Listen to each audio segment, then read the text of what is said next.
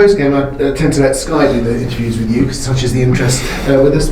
48 hours on. Your thoughts from Saturday? I thought, on the whole, we were the better team. Yeah. I think I stand by what I said. I think the penalty at the end was harsh, but what a save, and that sort of wrote the headlines in a way. Their goalie made more saves than ours. We had better entries into the box, but I don't think good defending by them. Some fantastic last-ditch defending. We didn't create a wonderful chance that we can talk about that we missed. It's sort of, we flattered to deceive in the final third at certain times.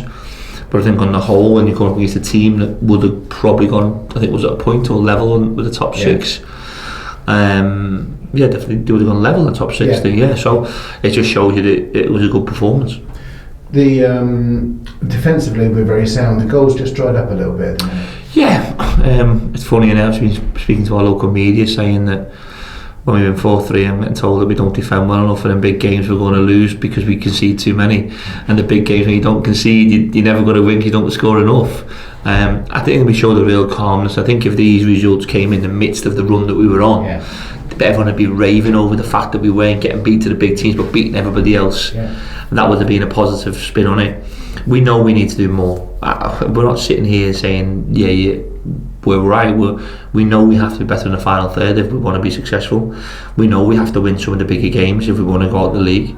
But we've kept ourselves somehow in the midst of competing to be in that top six, and the players' attitude has been immense. I think the injuries and the things that have gone against them this year, and we've not moaned. I think we've just embraced the whole challenge of what football currently is. Well, can I ask you then, the injuries? Is anything healed up? No, nothing's healed up. There was some good news with Longy. Hopefully Longy and JMO will be back for the Easter weekend. I'm expecting Sam Winnell back before Easter. So there's three big players like Winnell, Henry and Long have been. I know Winnell's not played as many games, and JMO might have been not the JMO from last year, but the big players.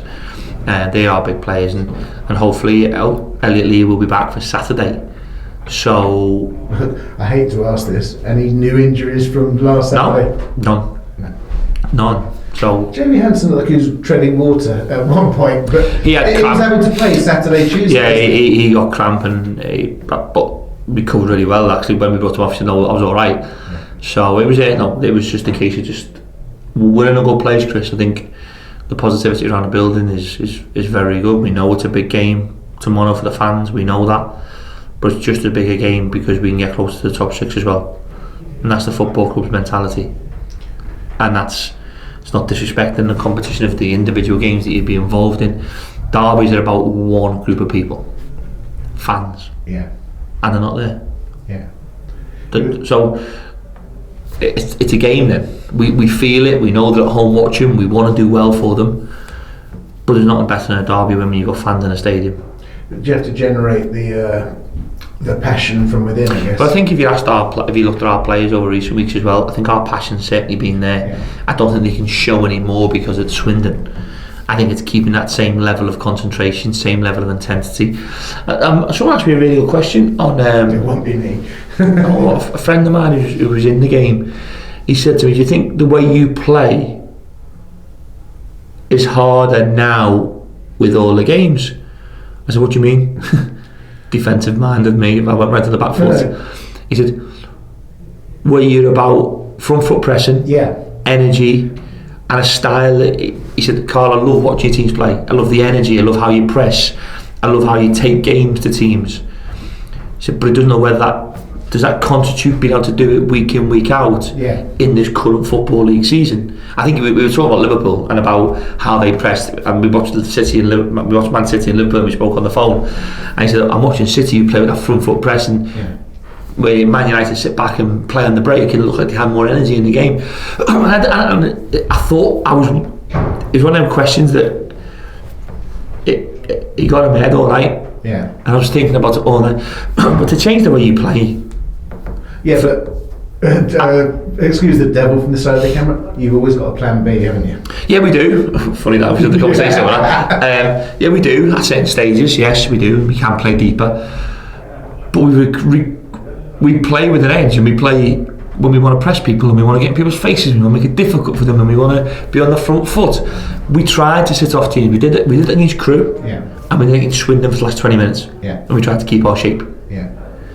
I don't think we're good at that. It's not us. It's not us. we play on the edge of seats, and that's got to be our philosophy. It's how we want to develop our young players. It's how we define the players that we sign. Do they want to run around? Do they want to get in people's faces? We accept wingers and Mide and Tariq and people like that, Brownie at times, Nathan, and now Brandon.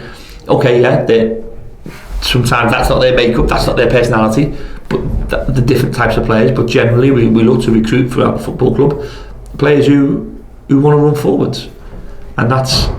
It was one of the questions that made me think a lot last night, and it's something that if every league season was like this, I think you'd have to change.